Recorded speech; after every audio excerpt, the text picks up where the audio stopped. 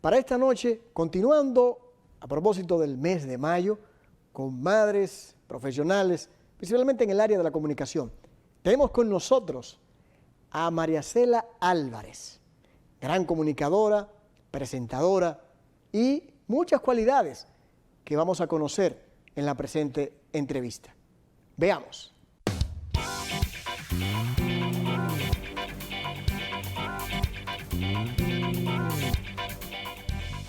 Bien, se me dio definitivamente estar nueva vez, ahora en cámaras, frente a una persona a la que le tenemos mucha admiración y respeto por su trayectoria y su vida.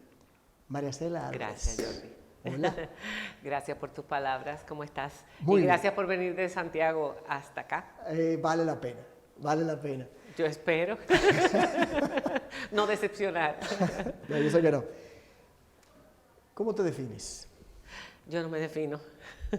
Es muy difícil. ¿Y quién es Mariacela? Son muchas aristas. ¿Quién es Mariacela? Una persona como todo el mundo, pero con sus complejidades, sus luces, sus sombras, pero básicamente una buena persona. O sea, es una persona con carácter, con fortaleza de carácter para enfrentar las adversidades, con mucha sensibilidad.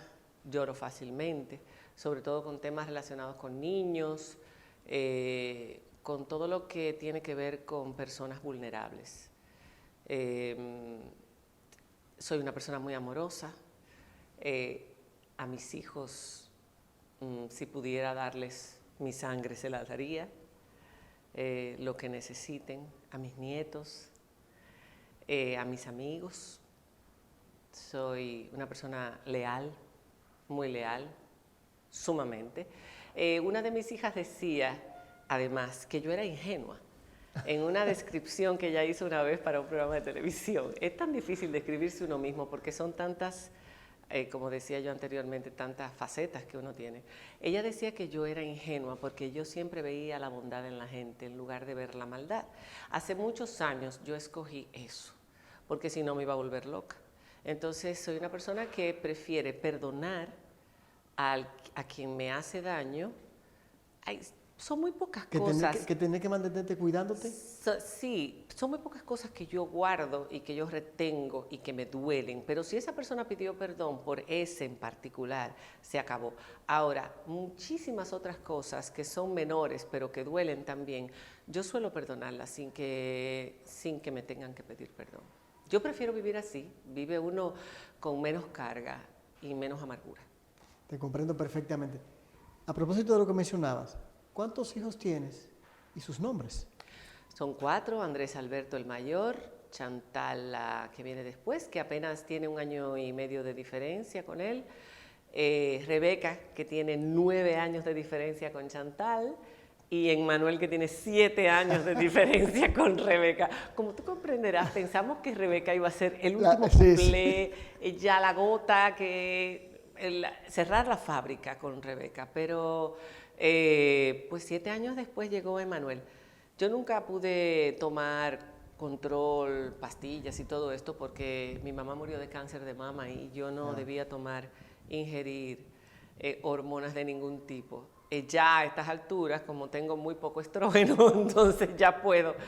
Pero eso hizo que en algunas ocasiones yo tuve 3 pérdidas entre Chantal y Rebeca. Yo siempre soñé con tener 3.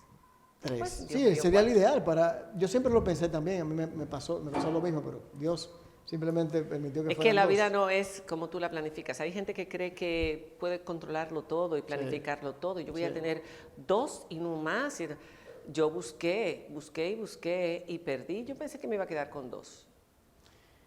¿Ninguno de ellos ha elegido la carrera o la fascinación por los medios de comunicación? No, gracias a Dios. Es muy duro estar en un medio y ser comparado con tu padre, tu progenitor, y que sobre todo cuando uno tiene un rol tan significativo dentro de un medio, que entonces un hijo entre, es como un cantante muy famoso, siempre la voz del hijo será comparada con la del padre o la de la madre. Pero sí son muy buenos comunicadores, algunos de ellos, muy buenos, podrían, pero además esta carrera no es fácil. Ninguna lo es, pero esta en particular se ha vuelto más complicada.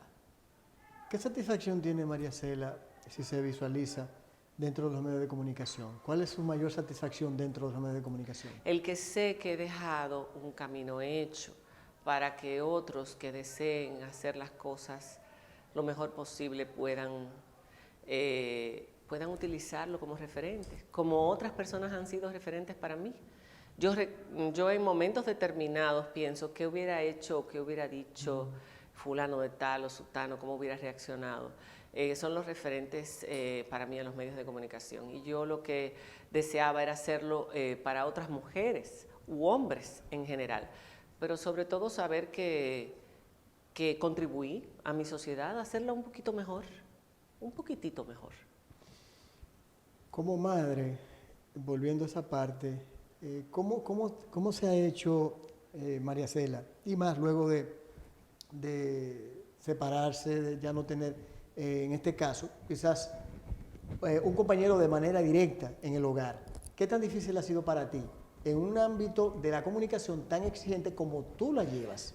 Cuando nosotros nos separamos ya solamente quedaban los dos más pequeños conmigo, Rebeca y Emmanuel, y Rebeca estaba a punto de irse a la universidad fuera de aquí, estudió los primeros 3 años aquí, después se fue, ahora volvió con la pandemia porque se quedó viviendo en Estados Unidos un tiempo y trabajando allá, sigue trabajando desde aquí, y Emmanuel, el Benjamín de la familia, ese era el que me quedaba más pequeño, pero ya tenía 9 años cuando nosotros nos separamos.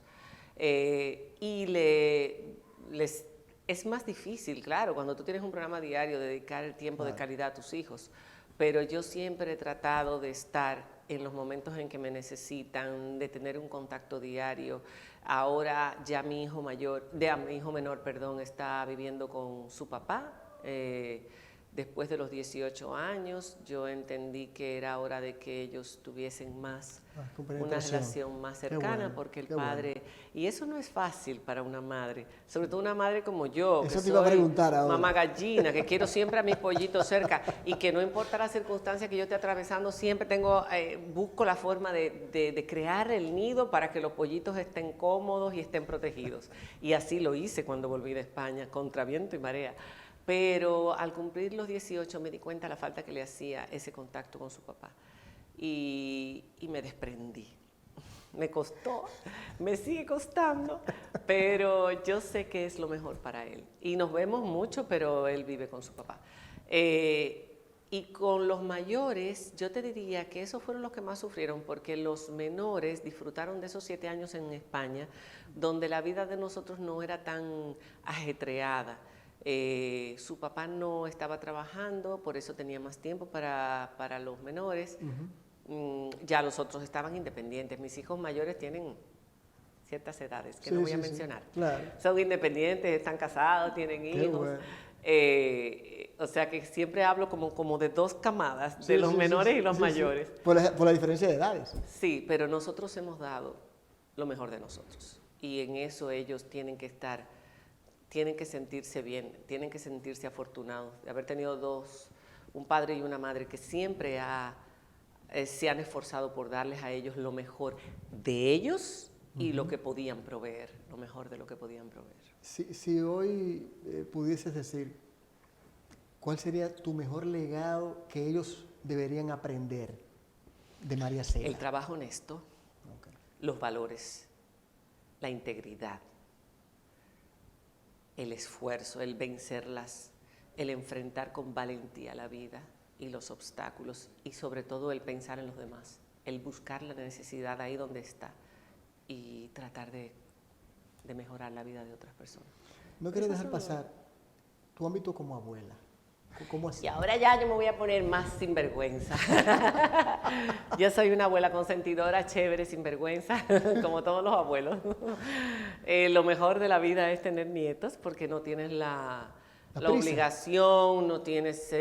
Alguien me dice que hay mucha prisa, y como que antes uno está más planificando otras cosas de tu vida, ya cuando tienes nietos deberías estar en otro ¿Te ámbito. crees tú? Es que esa es otra cosa. Los tiempos han cambiado tanto que los abuelos modernos somos personas activas. Las abuelas modernas, míreme aquí, somos personas que todavía tenemos ocupaciones, Claro. que estamos trabajando. No estamos en una mecedora tejiendo, no tenemos todo el tiempo para que los hijos nos dejen a sus hijos en la casa porque estamos trabajando Claro. fuera del hogar, pero seguimos con el mismo sentimiento y cada vez que tenemos el tiempo, pues tratamos de que sea un tiempo de calidad con los nietos y consentirlos en todo. O sea, ellos de mí, por ejemplo, mi nieta que tiene 14 años, yo siempre se lo he dicho, ella lo sabe.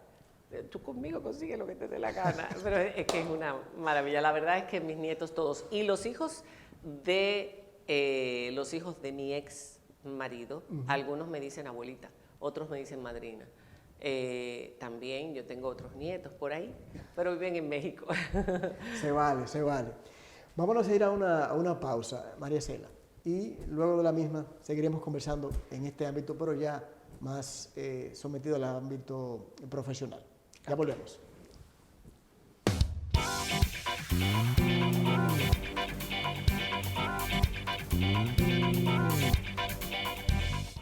Igual que hace 70 años, hoy cumplimos con el compromiso de que siempre podrías confiar en nosotros.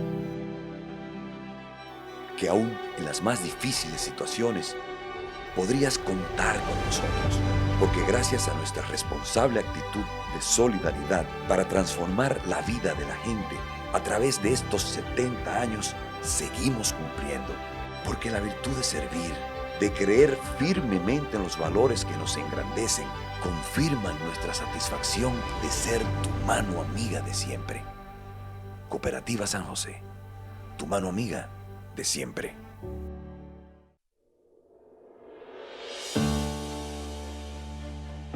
Ha sido un año de retos.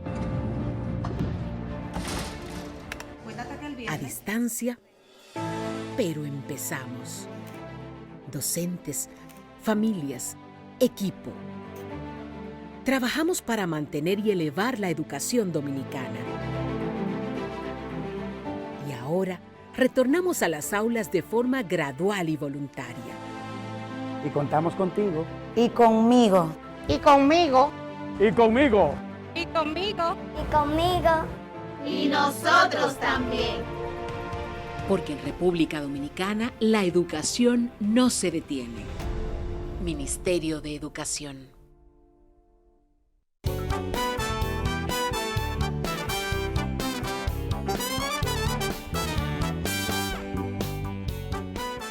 Perfecto.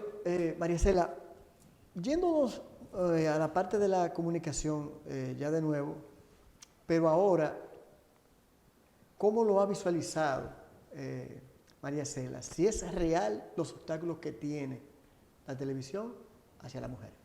¿Son reales los obstáculos? Hacia la mujer. Bueno, yo no puedo hablar por mí porque yo decidí, yo nunca me he visto en defecto o me he sentido discriminada o me he sentido víctima. Yo fui formada por una mujer y un hombre, ambos profesores universitarios, con el mismo nivel de respeto entre sus colegas y su estudiantado. Mi madre todavía incluso llegó a ganar más en un momento determinado que mi padre.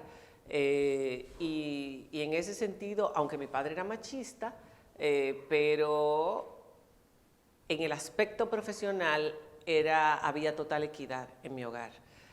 Y yo crecí viendo eso. Entonces yo nunca me sentí que yo no era capaz o que yo no podía hacer lo que el hombre podía hacer. Yo podía hacerlo igual o mejor.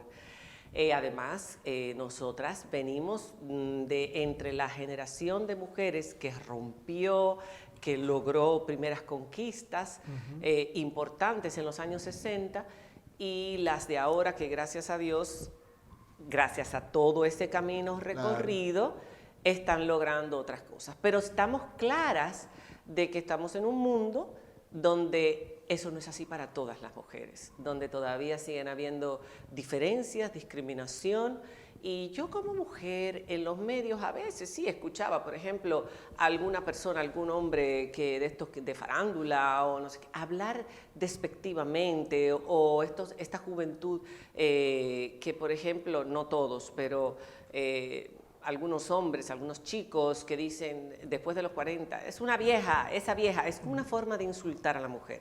Si la mujer pasa de cierta edad, de descalificarla, sí. No lo hacen con el es hombre. una vieja. Óyeme, los viejos son mucho más sabios que los jóvenes, los viejos tienen una experiencia, y no hablo de que yo me siento vieja, pero quiero decir, la persona mayor tiene un valor dentro de la sociedad, claro, y aparte de su trayectoria y el respeto que esta merezca, el valor que tiene, la experiencia acumulada, los conocimientos acumulados, que una sociedad donde no hay mucha educación, eso no se valora.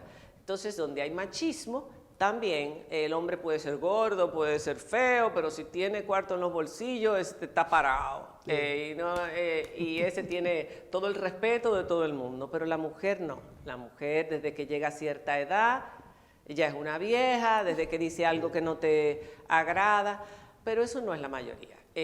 Cada vez estamos venciendo más esta cultura que está en el ADN, y no solamente de nuestra sociedad, de muchísimas sociedades. Claro. Cada vez las compañías logran más equidad dentro de su empleomanía, dentro de los cargos, los puestos de trabajo cada vez se valoran más y se remuneran mejor en las mujeres. La mujer es una fuerza de trabajo maravillosa. Aparte de todo lo que la mujer es capaz de hacer dentro de su hogar, las mujeres dentro de las empresas es uno de los activos más importantes, las mujeres, porque nos entregamos enteras, y dentro de un gobierno, el día que eso se vea, será maravilloso también. Qué bueno. Dentro de tu trabajo en la comunicación a través del tiempo, ¿cuál puede haber sido quizás, sin temor a decirlo, porque mucha gente le tiene miedo a confesar sus yerros, quizás tu equivocación en un medio de comunicación, quizás yéndote de un canal hacia otro o no llevando a cabo un proyecto en un momento dado? ¿Cuál puede ser decir María Cela hoy día, sí, ese pudo haber sido un yerro o un error mío en la comunicación? Tú sabes que cada paso importante, yo soy una persona de fe.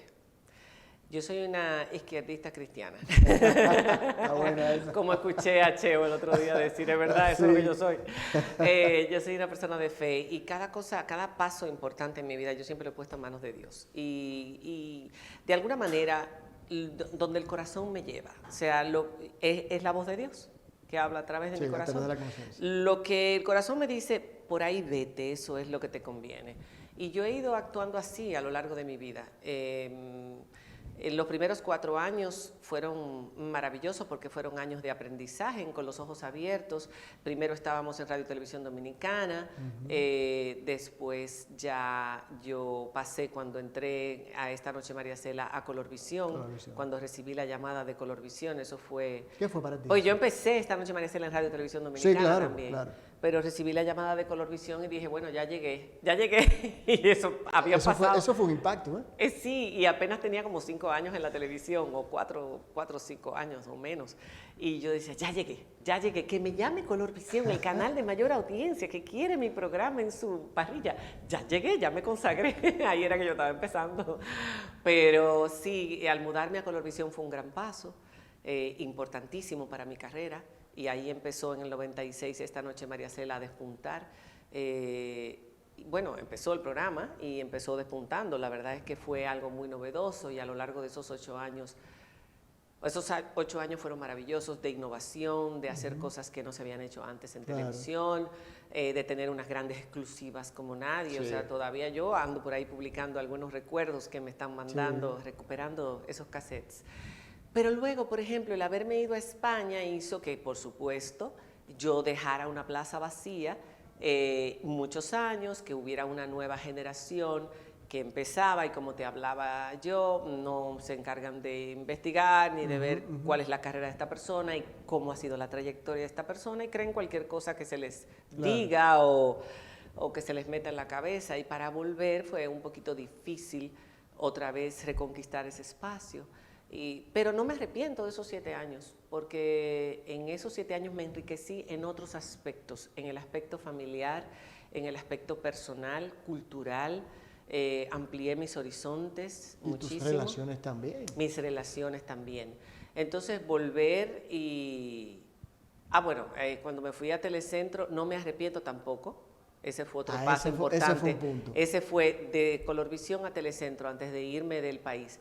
¿Por qué? Porque en ese momento Telecentro se convertía en el canal que todos soñábamos, con los equipos, con la imagen, y eso que en ese entonces se me había pedido eso durante más de un año, que me fuera, hasta que me compraron apoyando la Casa Rosada, ¿La fundación? en la fundación de la Casa Rosada para la construcción de la misma. La Casa Rosada es el hogar para niños con VIH y SIDA. Yo estaba envuelta en ese proyecto desde hacía varios años y me faltaban fondos. Entonces dijeron, te vamos a apoyar con el concierto de Juan Luis Guerra y con fondos cuánto. Y ya yo dije, ok, pues voy para Telecentro. Me dolió mucho despedirme de Colorvisión, de mis viejos, como yo les llamaba, don Mario y don Manolo, que me dijeron, María Cela, quédate y no nos pagues un centavo. ¿Cómo? Quédate y no nos pagues un centavo. ¿Y qué pasó? Y yo me fui al otro pagándole el 30%, porque ya le había dicho que sí, ya habían ayudado a los niños con VIH y SIDA. Yo no podía decir que no, yo no podía ahora decir que no. O sea, ya yo tenía un compromiso moral. Económicamente me convenía más. Además, yo amaba a Colorvisión y a toda la empleomanía, todo. Isidro lloró cuando me fui, que en paz descanse. Pero después vino lo que vino, la debacle de Colorvisión. Pero entonces vino el paso a irme a España. Entonces, como que todo... Sí, todo se compaginó. Todo tiene... Exacto. Y al volver, volví a Colorvisión, que es mi canal y ha sido mi canal de siempre. Qué bien. O sea, no. A propósito de eso, quiero hacer como un esquivo ahí, que hablamos de la fundación. ¿Cómo se te ocurre? ¿Cómo nace en la idea de María Cela la fundación? ¿Qué es lo que lo motiva? La fundación fue producto del trabajo que estábamos haciendo. Realmente yo no quería hacer una fundación, pero entendí que tenía que hacer una fundación para poder construir lo que los niños necesitaban. La necesidad de ayudar a los niños que yo sabía que iban a quedar huérfanos y con el estigma del VIH. Yo leí un libro. A eso iba, o sea, ¿cuál fue la naturaleza? En aquella época, un libro llamado Más grandes que el amor, escrito por Dominique Lapierre, un escritor francés, sobre el VIH-Sida, el origen de toda la epidemia, porque eso fue tremendo. La gente joven no sabe lo que vivió el mundo en la época del VIH y del SIDA. Perdimos a grandísimos valores del arte y en general. Y yo sabía que cuando eso golpeara a República Dominicana iban a quedar muchos niños huérfanos y con el estigma de tener un virus del que la gente conocía poco y era peor todavía que este. O sea, porque tú te alejas ahora con el COVID para que no se te pegue, te alejas de una persona, pero en ese entonces no solamente te alejabas, sino que la despreciabas, la juzgabas. Mucha gente que fue juzgada injustamente. Es como era como la lepra en la eso antigüedad. te lo buscaste tú, se lo buscó esa persona por sinvergüenza, y no era así, como no es en la mayor parte de las enfermedades que se adquieren de esta manera. Pero bueno, en este caso los niños eran víctimas de transmisión vertical de la madre al hijo o de transmisión por transfusión de sangre. Y se quedaban sin hogar. Nacían ya con una condición que los enfermaba y aparte de eso con el estigma del rechazo. No querían los dentistas tratarlos, los colegios no querían cogerlos y yo dije, tenemos que hacer algo por ellos. Y así nació todo eso, producto del libro Más grandes que el amor, maravilloso. Más grande que el amor. Más grandes que el amor.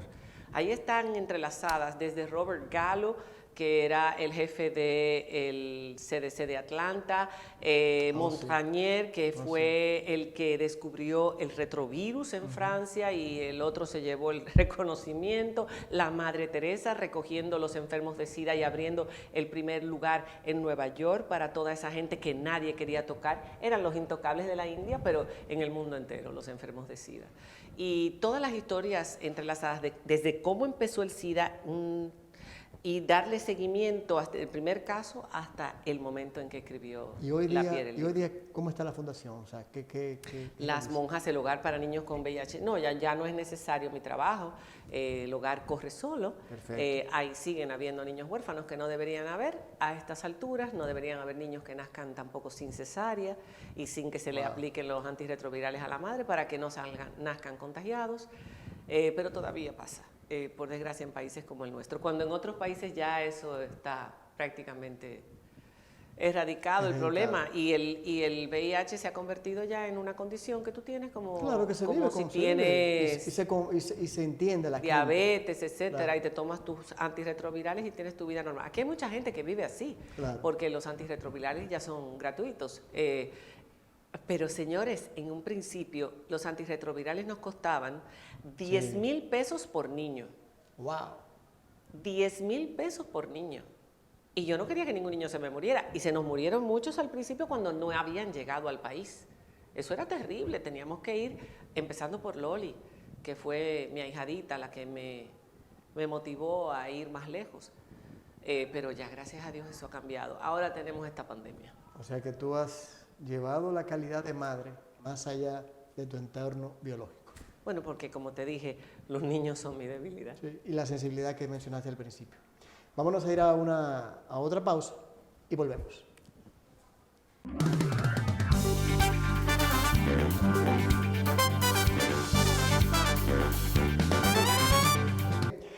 María Cela, ¿qué significa para ti esta noche, María Cela, viéndote desde que iniciaste en Radio Televisión Dominicana al día de hoy?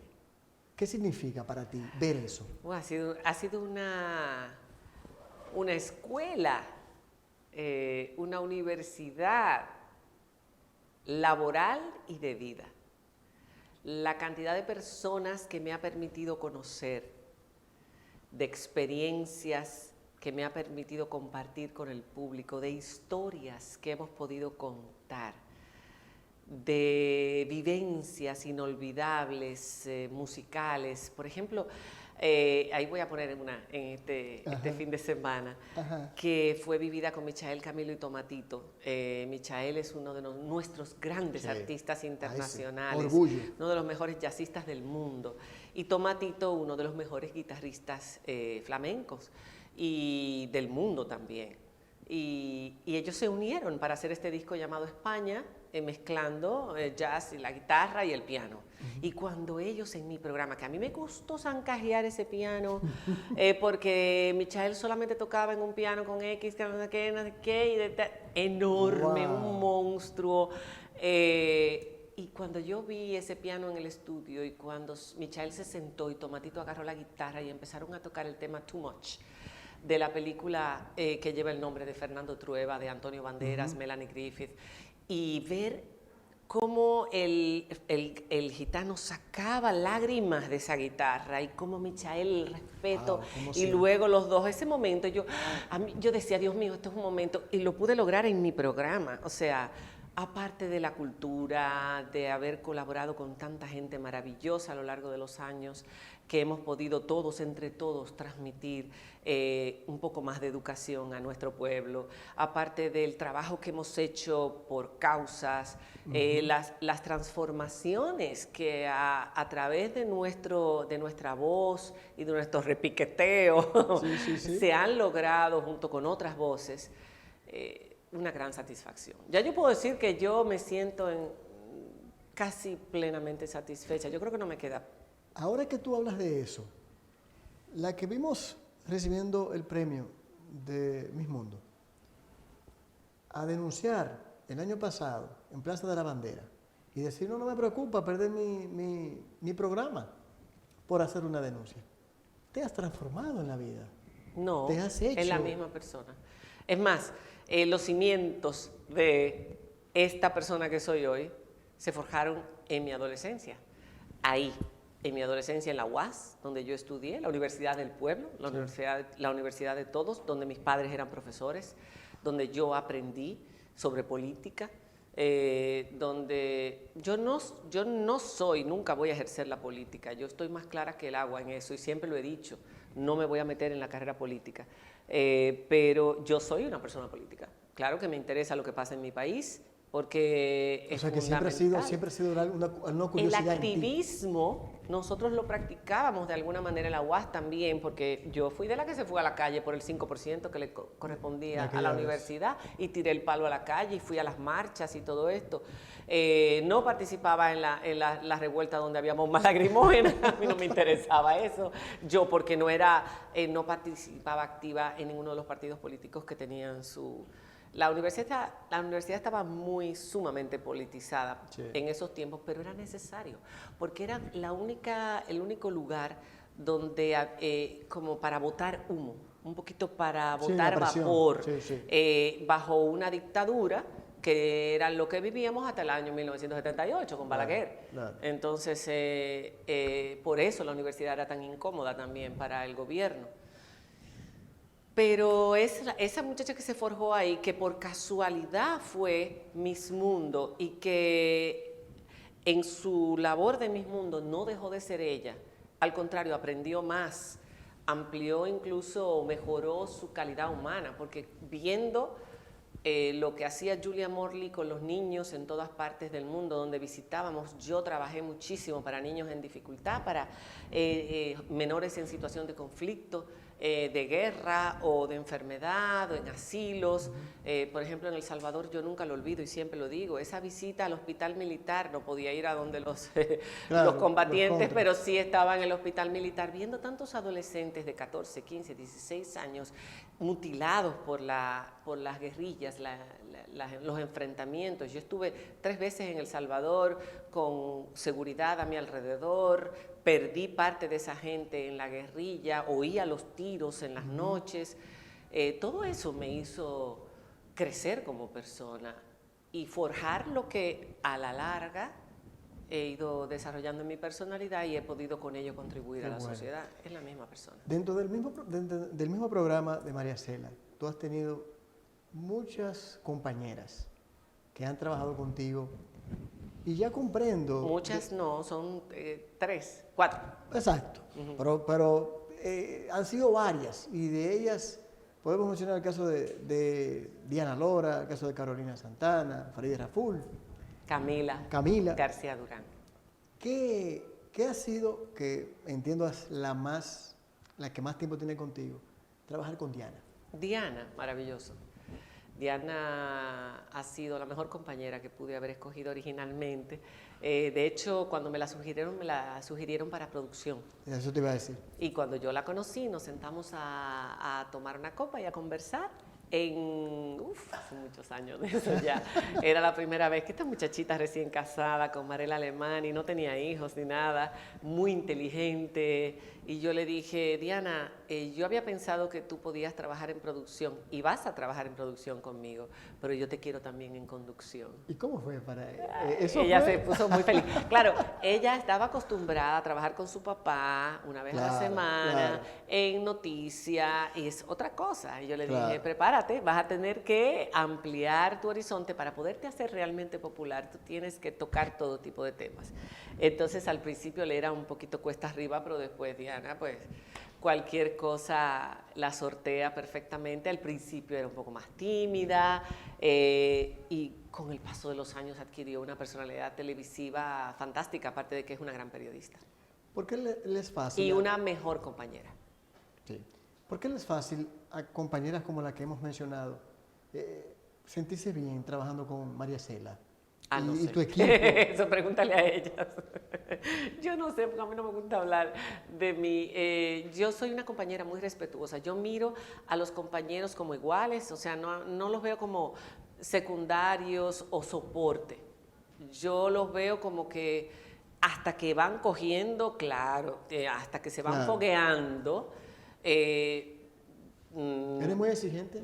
Hasta que se van fogueando, no pueden tener demasiado protagonismo porque necesitan el fogueo, pueden cometer errores y yo los protejo, las protejo mucho. Yo las quiero y las protejo. Ya comprendo. Y las he apoyado muchísimo, pero ellas también han crecido de una manera todas, y bueno, a Faride fue electa diputada con nosotros, fue electa senadora con nosotros, Faride es Faride, Diana Tié es Diana y Camila también, todas ellas están formadas por sus padres, y por la vida, por sus estudios, su Carolina preparación. por igual. Pero la televisión ha sido otra cosa para ellas, ha sido otra escuela y en ese sentido yo he podido guiarlas. Las protejo, las quiero, pero las trato como igual, las siento al lado mío, les doy el mismo espacio. A veces yo, no se olvida que es mi programa, a veces yo, si quiero decir algo, no me voy a, porque ella no ha dicho o no ha abierto la boca, si no la ha abierto, problema de ella, la voy a abrir yo ahora. Pero yo trato de que todo el mundo tenga su espacio. ¿Qué es lo que más te molesta? ¿Qué te enerva? Ay, ¿qué me hace perder? Sí. La ignorancia es muy atrevida. Y eso es, argumentar con una persona ignorante es perder el argumento. Porque tú le dices a esa persona, no, pero tú no entiendes, mira, es que esto es, no, eso no es así. No, ¿y cuál es el problema? Yo no he hecho nada, yo no veo nada. O sea, es difícil. Por eso yo lucho tanto por la educación en República Dominicana, por mejorar la calidad de la educación, porque hay mucha gente que tiene su bachillerato, hay mucha gente que tiene su universidad, pero tiene unas lagunas, pero no solamente académicas, tiene unas lagunas de formación, de cultura. Señores, aquí la cultura se ve como algo elitista para 2 o 3 personas, algo aburrido, algo soso. La cultura no debería, la cultura es apasionante. El leer libros, señores, leer libros. Hay gente que se ufana de no haber leído jamás un libro. Y hoy en día eso se ve como algo simpático. En un pasado eso era una vergüenza. ¿Cómo es posible que una persona no haya leído un libro? Y no hay excusa en que yo vengo de un estrato bajo y nadie me enseñó. Yo por mí misma, yo conozco gente, muchísima gente en mi propia familia, que no sabían hablar inglés. Yo lo sabía, a mí no me educaron en inglés, yo me la busqué para aprender a hablar inglés. Yo agarraba las canciones que venían y copiaba las letras y me esforzaba por aprender, porque no tuve el privilegio de estudiar en un colegio bilingüe, o en ese entonces no era tan importante, etcétera, etcétera. Y lo mismo con la educación. Si tú no has tenido esa educación, métete en una biblioteca, busca libros, o sea, métete en internet, que tienes esa herramienta maravillosa, y busca autores importantes, y ahí están los libros. Busca youtubers que te edifiquen, no que te entretengan con banalidades y estupideces, sino que te edifiquen, que te construyan. Puede ser que tú no hayas tenido el mejor colegio, ni quizás la oportunidad de llegar a una universidad, pero tú te puedes educar a ti mismo. Todos nos podemos educar. Totalmente de acuerdo. ¿Qué te llena? ¿Qué te hace feliz? Mi familia, estar con los míos, con mis amigos y con mi familia. Y por supuesto, el amor. no se puede dejar atrás. Pero no dependo de... Si hay algo que yo he descubierto con el paso de los años y con esta pandemia más que nada, donde hemos estado muy solos, producto de la situación, que no dependo de nadie para ser feliz, que no dependo de tener un grupo de amigos ahí o la familia en mi casa o las actividades sociales, no dependo de nada de eso. ¿Has disfrutado de esa soledad? ¿Qué necesito yo para ser feliz? Escuchar buena música, tener un buen libro, ver una buena serie y tener una buena conversación. Nada más. ¿Qué te nutre? ¿Qué me gusta? ¿Qué te nutre? ¿A qué me nutre? Como ser humano. Me nutre la experiencia y el conocimiento de otros. O sea, yo me nutro de escuchar historias, de conocer, de leer cosas que otros han vivido. Me nutro del amor, porque el amor a Dios me nutre, me ayuda a yo sentir amor por otros. La fuente de esa capacidad de yo poder amar a otros y de darme a otros es Dios. Cuando estoy un poco apartada, se nota, porque baja. Es como un termómetro. Perfecto. Baja. Cuando estoy más cerca, sube y sale por los poros. Entonces, lo que trato es de no olvidarme que esa relación con Él tiene que ser constante, tiene que ser diaria. Esa es mi principal fuente de nutrición, aparte de la comida. Muy bien. María Cela, agradecido del tiempo, agradecido de toda esa experiencia que nos has comentado, nos has contado, nos has abierto como un libro y seguimos aprendiendo siempre que hemos estado en contacto contigo en entrevistas, ya sea en televisión o la última vez por vía de Instagram. Agradecido de verdad. Gracias a ti, Jordi, por ese interés y por hacerme estas entrevistas tan interesantes. Gracias.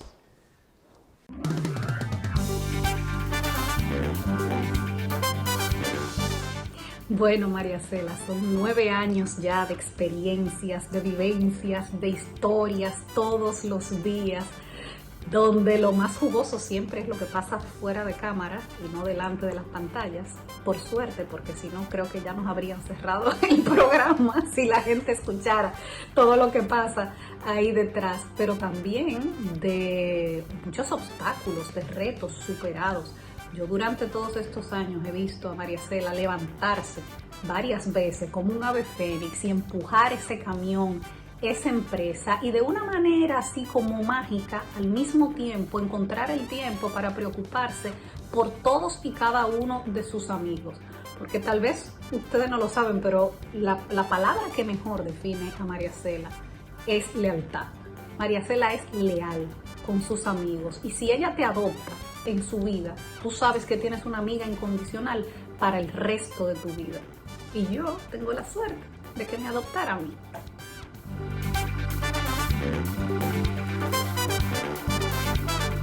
Bien, queridos amables televidentes, hemos llegado a la parte final de su espacio Encuentro con Jordi. Gracias por acompañarnos una vez más. Síganos en las redes sociales que aparecen ahí y han estado también apareciendo en todo el discurrir del programa. Y esperamos que la semana que viene, en una nueva entrega que les prometemos, les va a encantar al igual que esta que hemos presentado. Cuídense mucho, síganos a través del canal 29 y de redes sociales. Muy buenas noches.